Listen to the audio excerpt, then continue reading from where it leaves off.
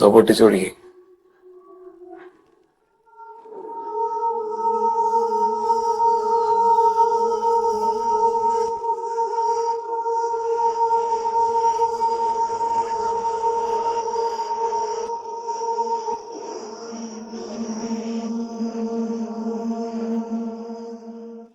നമ്മൾ ഒരുമിച്ച് കളിച്ച് വളർന്നു, ഒരുമിച്ച് പഠിച്ച്, ഒരുമിച്ച് ബിസിനസ് ചെയ്ത്, ഒരുമിച്ച് പൊട്ടി, നമുക്ക് ഒരുമിച്ച് മരിക്കും. നമ്മുടെ മരണം ഒരു ക്ലാസിക്കായിട്ട് ജനം പറഞ്ഞു നടക്കട്ടാ ചെയ്തള. Cheers.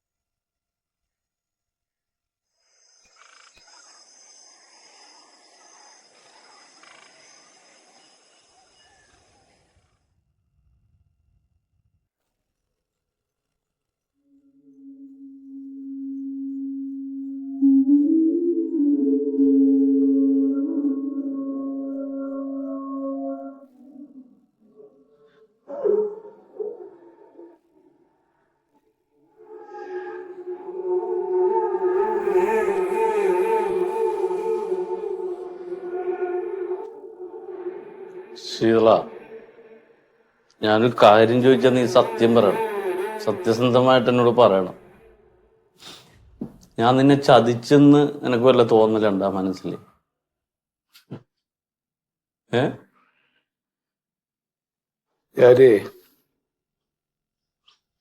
നമ്മള് ചെറുപ്പം മുതലുള്ള കൂട്ടുകാരാ.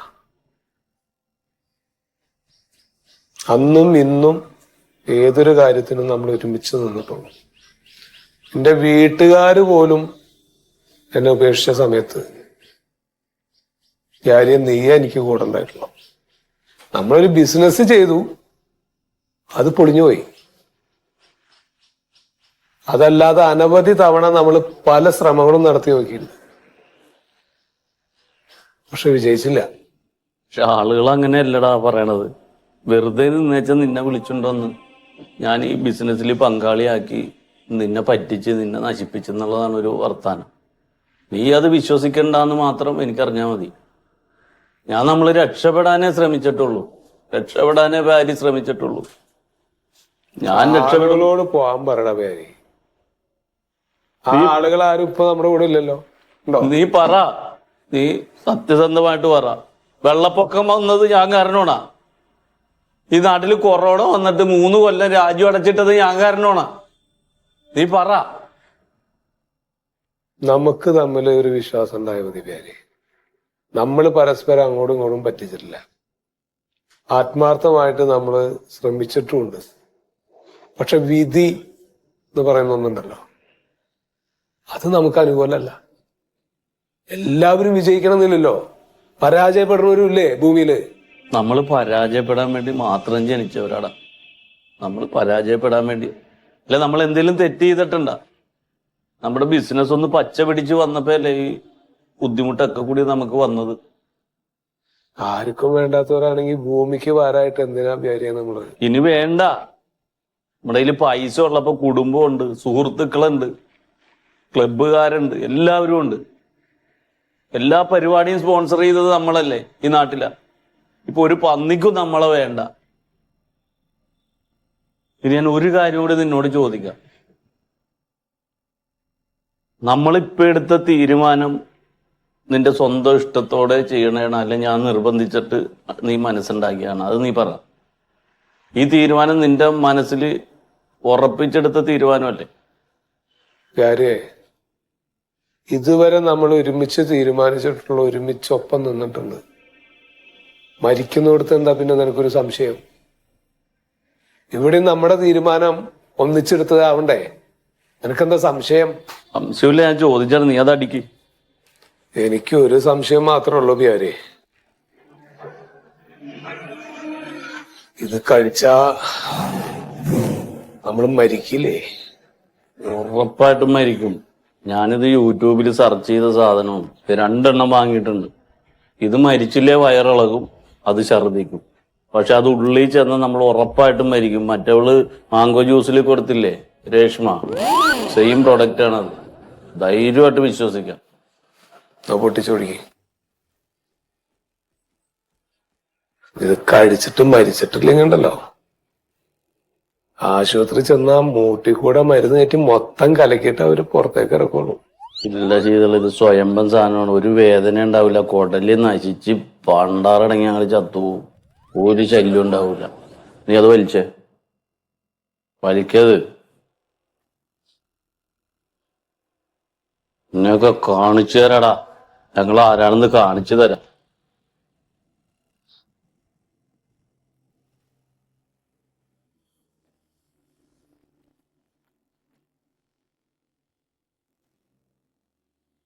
നിനക്ക് എന്തെങ്കിലും മാനസാന്തരം തോന്നിയാൽ നിനക്ക് ഇതിൽ നിന്ന് രക്ഷപ്പെടാം. പക്ഷെ ഒഴുക്കി പേരേ,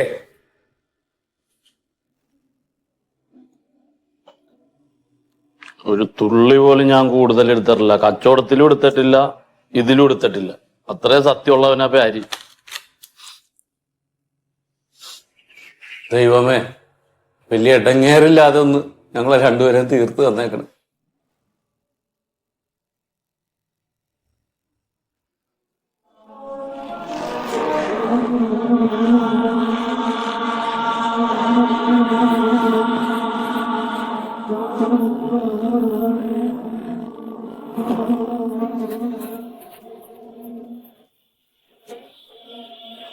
നമ്മൾ ഒരുമിച്ച് കളിച്ച് വളർന്നു, ഒരുമിച്ച് പഠിച്ച്, ഒരുമിച്ച് ബിസിനസ് ചെയ്ത്, ഒരുമിച്ച് പൊട്ടി.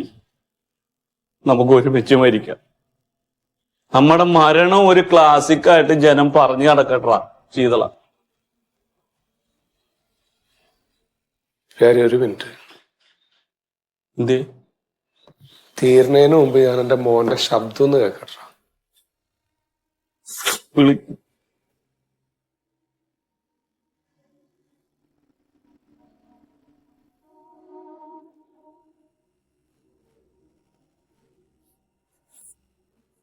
നല്ലോണം പഠിക്കണമെന്ന് പറയാനോട്. ജെല്ലടിക്കുന്നതിന് മുമ്പ് ഒരു 100 കൂട്ടം കാര്യങ്ങൾ ഗവൺമെന്റിന് പറയാനുണ്ട്. അത് കേട്ടിട്ട് വേണം ഫോൺ എടുക്കണേ. ആ, ബെല്ലടിക്കണ്ട്. എടുക്കൂല. നിന്നെയൊക്കെ ഒരു പട്ടിക്കും വേണ്ട, എടുക്കൂല.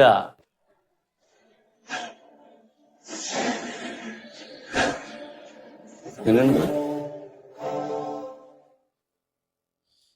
ആ കൊച്ചിനെ വരെ പറഞ്ഞ് തിരിപ്പിച്ചേക്കാണ് അവള്. 10 വയസ്സില്ലാത്ത തെണ്ടിനെ ഒന്നും വിളിച്ചെടുക്കണ്ടെന്ന്. അടിക്കാൻ പറ്റേ? നീ ആ ഫോൺ എടുത്ത് ഫോർമാറ്റ് ചെയ്തോ. നമ്മ ചത്ത് കഴിഞ്ഞിട്ട് ഏതെങ്കിലും ഊളയൊക്കെ നമ്മുടെ ഹിസ്റ്ററി നോക്കിയാൽ മാനം പോവും. ഫോർമാറ്റ് ചെയ്തോ.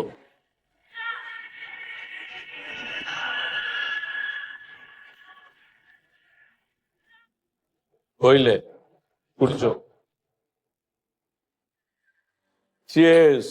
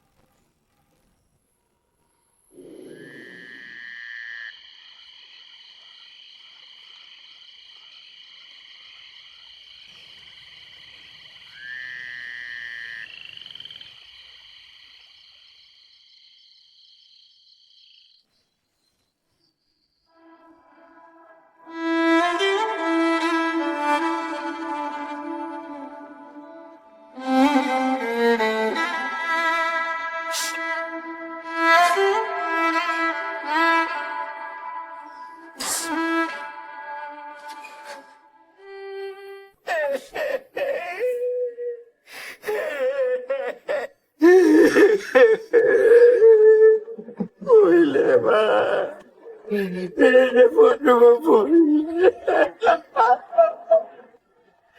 ഞാനെങ്ങനെ കഴിക്കുന്നില്ല ദൈവമേ. രാഘവേട്ടോ, ഇങ്ങനെ ആത്മഹത്യ ചെയ്യാൻ എന്താണ് കാരണം? വല്ല കടബാധ്യത ഉണ്ടായിരുന്നോ? കടബാധ്യത ഉണ്ടായാല് ഞാൻ തീർക്കൂലേ? ഓരോ ആത്മഹത്യ ചെയ്യണം.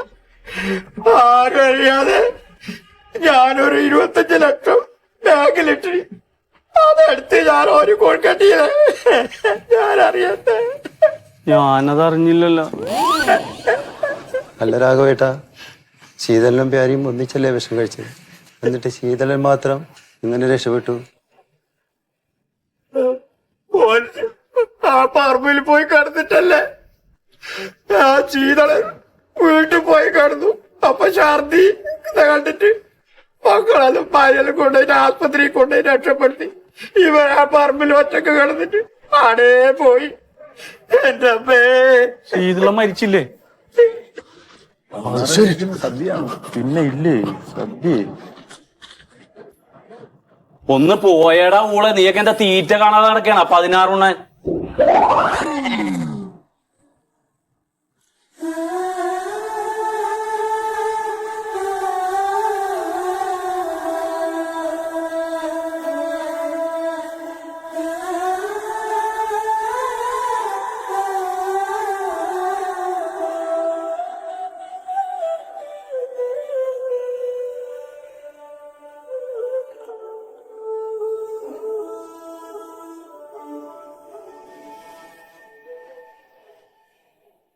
എന്ത് പണിയാളെ ഈ കാണിച്ചു വെച്ച്? നിങ്ങൾ വിഷം കഴിക്കുമ്പോ ഈ ചേച്ചിയും മോനെ ഒന്ന് ഓർത്തൂടെ? അളിയന് കുറച്ച് കടങ്ങളൊക്കെ ഉണ്ട്, ശരിയാണ്, നമുക്കറിയാവുന്ന കാര്യം തന്നെയാ. പക്ഷെ ആത്മഹത്യ ചെയ്തതിനെ കൊണ്ട് എന്തെങ്കിലും പരിഹാരം കാണാൻ പറ്റും ഇതിനൊക്കെ?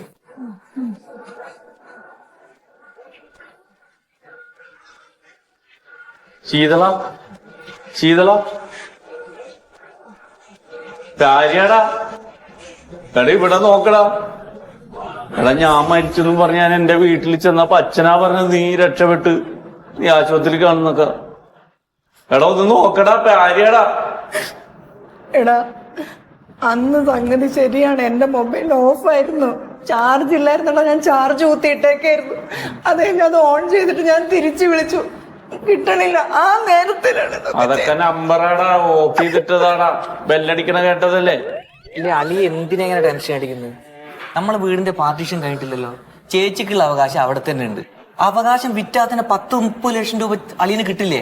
അത് വെച്ചിട്ട് സുന്ദരമായിട്ട് കടം വീട്ടിക്കൂടെ? പിന്നെ എന്തിനാണ് ഈ പണി കാണിച്ചു വെച്ചിങ്ങനെ? ഇനിയിപ്പോ എന്തായാലും ആ കാര്യത്തിൽ നമ്മളൊരു തീരുമാനമാകും. അത് പെട്ടെന്ന് തന്നെ അതിന്റെ പണിയെടുക്കാം. ഇതിനൊക്കെ കാരണം പ്യാരി എന്നുള്ള ഊളയില്ലേ, അവനാണ്. അവൻ ചത്തില്ലെങ്കിലേ അവൻ ഞാൻ കൊന്നേനെ. നിനക്കിതൊന്നും നേരത്തെ പറയാറുന്നില്ലടാ, തെണ്ടി അളിയാ. വിഷം വാങ്ങാനും കൂടി കാശില്ലാതെ നടക്കായിരുന്നു ഞാനും നിന്റെ അളിയനും.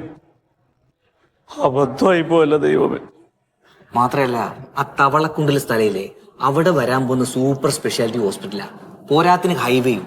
അതൊക്കെ വന്നു കഴിഞ്ഞ പിന്നെ സ്ഥലത്തിന്റെ റേറ്റ് എത്രയാ? തിരിഞ്ഞു നോക്കേണ്ട ആവശ്യമില്ലല്ലോ. ഇത് വെറുതെ വിഷവും മേടിച്ച് കുടിച്ചു ആൾക്കാരെ കൊണ്ട് പറയിപ്പിക്കാനായിട്ട്.